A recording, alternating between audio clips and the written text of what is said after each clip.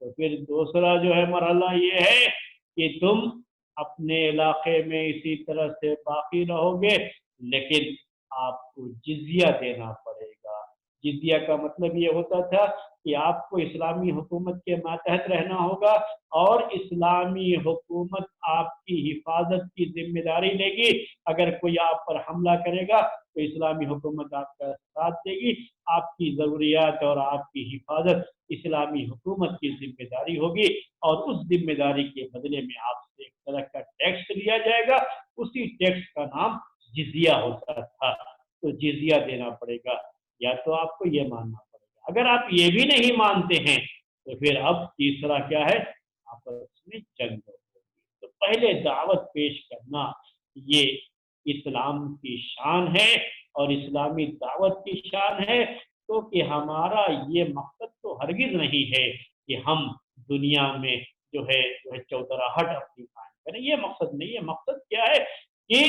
اللہ کے دین کے لوگ ماننے والے ہو جائیں، اور اللہ کی یہ زمین ہر طرح سے امن و امان کا گہوارہ ہو جائے، اور ہر طرف شانتی اور امن کا دورہ ہو جائے۔ یہی مقصد ہے، اور اسی مقصد کے لیے یہ سارے کام انجام دیے جاتے ہیں۔ تب یزدجرد نے کیا کہا اس کے بعد؟ کہا کہ مجھے اس روئے زمین کے بارے میں جو کچھ پتا ہے، جو میں جانتا ہوں، وہ یہ ہے کہ تم سے زیادہ بدبخت قوم کوئی جو ہے میری نگاہ میں نہیں ہوتی۔ تمہاری تعداد بھی بہت کم رہی ہے، اور تم آپس میں ایک دوسرے کے بہت دشمن بھی رہے۔ تمہاری جو ہے بڑی بدبخت قوم تمہاری جو ہے یہ رہی ہے۔ اور یہ کہا کہ اس کے بعد جو اس طرح کی باتیں جو ہے ان نے کہیں، اور کہا کہ تم لوگ ہرگز دھوکے میں نہ رہنا، ہمارے پاس ابھی بھی اتنی طاقت ہے کہ ہم تمہیں برباد کریں۔ اگر تم ہمارے ماتحت آ گئے، ہمارے ساتھ رہے، تو ٹھیک ہے، ہم تمہارے ساتھ نرمی کا برتاؤ کریں گے اور کوئی معاملہ نہیں ہوگا۔ تم تو انتہائی بدبخت قوم رہ چکے۔ مغیرہ بن زرارہ رضی اللہ تعالی عنہ نے جب یہ سنا تو انہوں نے جواب دیا اس کا، اور کہا، یہ ایک طرح سے مناظرہ ہے جو اس مجلس میں چل رہی ہے باتیں، تو یہ جو انہوں نے کہا کہ آپ نے جو کہا ہے بالکل صحیح ہے، کہ ہم انتہائی بری حالت میں تھے۔ یہ جاہلیت کی بات، اسلام سے پہلے کی بات، کہ ہم انتہائی بری حالت میں تھے، بلکہ جتنا تم نے ذکر کیا اس سے بھی کہیں زیادہ جو ہے عربوں کا برا حال تھا، لیکن اللہ تبارک و تعالی نے ہم پر رحم کیا اور ہمارے درمیان رسول کو بھیجا۔ اس کے بعد جیسے نعمان ابن مقرن نے بتایا، ویسے ہی پھر جو ہے مغیرہ بن زرارہ نے بھی یہ باتیں ذکر کی۔ تب یزدجرد کو اب غصہ آ گیا تو کیا کہا اس نے؟ اب یہ تو سفیر تھے، سفیر کا مطلب یہ ہوتا ہے کہ ایمبیسڈر تھے، اور اس زمانے میں بھی جو ہے ایمبیسڈر کو قتل کرنا یہ کسی قوم کے لیے جائز نہیں، یہ بہت بڑا جرم مانا جاتا ہے۔ تو اس نے کہا کہ اگر آپ لوگ ایمبیسڈر نہ ہوتے، سفیر نہ ہوتے، اور اگر کہیں سفیر کو قتل کرنے کی اجازت ہوتی تو آپ سب کو میں یہاں پر قتل کر دوں، لیکن مسئلہ یہ ہے کہ آج کا قانون سفیر کو قتل کرنے کی اجازت نہیں دیتا، اس لیے میں تمہیں یہاں سے واپس کر رہا ہوں زندہ سلامت۔ لیکن اپنے کارندوں سے کہا کہ جو ہے مٹی لے کر کے آؤ، وزنی مٹی، اور ان لوگوں میں سے جو سب سے طاقتور آدمی ہے نا، اسی پر یہ بوجھ لا دو مٹی کا، اور یہ مٹی دے کر کے ان کو یہاں سے مدائن کا جو دروازہ ہے، پہلے شہروں کے دروازے بھی ہوتے تھے، تو شہروں کا دروازہ ایک قلعہ نما شہر ہوتا تھا، جیسے قلعوں کے دروازے ہوتے ہیں ویسے جو دروازے ہوتے تھے۔ کہا کہ مدائن یہ شہر جو ان کا پایہ تخت ہے، کیپٹل سٹی ہے، کہا کہ اس دروازے سے ان کو رخصت کر دو، ہماری طرف سے جو ہدیہ اور تحفہ ہے وہ کس چیز کا ہے؟ یہاں کی مٹی ان کو دے دیا۔ اشارہ یہ حقارت کی طرف تھا کہ تم ہمارے لیے اس مٹی کے برابر، مٹی کو کچھ بھی نہیں سمجھاتا جاتا تھا اس زمانے میں، اس لحاظ سے باتیں کہی گئی اور یہ انداز اپنایا گیا۔ اسی مٹی کو یہ لوگ لے کر کے چلے میرے بھائیوں۔ عاصم بن عمرو، اس نے وہ آگے بڑھنے سے کہا میں ہی ان میں سب سے جو ہے شریف آدمی ہوں، سب سے اونچے مرتبے والا آدمی ہوں، اور انہوں نے آگے بڑھ کر کے وہ مٹی لے لیا اور مٹی لے کر کے آ کر کے پہنچے سعد ابن ابی وقاص کے پاس، تو لا کر کے مٹی ان کے قدموں کے سامنے ڈھیر کیا اور کہا خوش ہو جاؤ سعد ابن ابی وقاص، جو ہے بشارت قبول کرو سعد ابن ابی وقاص، بشارت ابشر فقد واللہ لقد اعطانا اللہ اقالید ملکہم، اللہ تعالیٰ نے ان کے ملک کی کنجیاں ہمارے حوالے کی، یہ مٹی نہیں ہے بلکہ یہ سمجھ لیجئے کہ ان کا ملک ہے، اپنے ملک کی مٹی انہوں نے دیا ہے، اب یہ ملک ہمارا ہے۔ دیکھیے اس کو کہتے ہیں پازیٹیو ایٹیٹیوڈ، یہی سب سیکھنے کی باتیں ہیں، پازیٹیو ایٹیٹیوڈ، یہ سب نصیحت کی باتیں۔ نگیٹو ہوتا ہے کہ جو ہے مٹی دے رہے اور ان کو وہی لات مارا پھینک کے چلے آئے، ایک تو یہ ہوتا ہے، اور ایک کیا ہوتا ہے پازیٹیو ایٹیٹیوڈ ہوتا ہے کہ وہی مٹی لے کر کے آئے اور اسی سے نیک پال لیا کہ یہ مٹی اور یہ زمین کل ہماری ہونے والی ہے، آج ہی تم نے اپنی مٹی کو ہمارے حوالے کیا۔ کتنا پازیٹیو، یہ سب سیکھنے کی ضرورت ہے آج، کتنا جو ہے پازیٹیو ایٹیٹیوڈ تھا۔ آپ نے جو ہے ایک مسلم یونیورسٹی جو آج جو ہے قائم ہے علی گڑھ مسلم یونیورسٹی کو آپ جانتے ہیں، اس کے بانی کو آپ جانتے ہیں۔ جب یہ یونیورسٹی قائم کرنے کے لیے لوگوں میں چندہ جمع کر رہے تھے تو ان کے بڑے مخالف لوگ بھی تھے۔ میں اصل میں ان کا عقیدہ کیا ہے، ان کی شخصیت کیا ہے وہ نہیں بتا رہا ہوں آپ کو، صرف ایک پازیٹیو ایٹیٹیوڈ کے بارے میں ایک بات کرنا چاہ رہا ہوں، اس کے لیے بات پیش کر رہا ہوں کہ جب جو ہے وہ چندے کے لیے نکلے تو بہت سے لوگ ان کے مخالف تھے اور ان کے اس مشن کے مخالف تھے، تو انہوں نے جب یہ دامن پھیلا کر کے چندہ مانگتے تھے تو مٹی اٹھا کر کے ان کے اس میں ڈال دیا، اینٹ اٹھا کر کے، پتھر اٹھا کر کے ان کے دامن میں ڈال دیا۔ انہوں نے غصہ نہیں کیا، اس کو بھی رکھ لیا اور کیا کہا، جواب دیا اس وقت کہ اس جو یونیورسٹی اصل میں یونیورسٹی شروع میں نہیں بلکہ ایک کالج کی شکل ہی انہوں نے اس کو دی تھی، کالج کا نام ہی تھا پہلے، بعد میں یونیورسٹی بنی تو انگلو انڈین کالج اس طرح کا نام جو ہے اس کا شروع میں رکھا گیا تھا۔ تو جو ہے یہ انہوں نے جو ہے اس کو جو ہے اپنے دامن میں اس اینٹ کو سنبھال کر کے، پتھر کو سنبھال کر کے کہا کہ کوئی بات نہیں ہے، ہماری عمارت کی، بلڈنگ کی تعمیر میں اس کی بنیاد میں یہ پتھر اور اینٹ بھی کام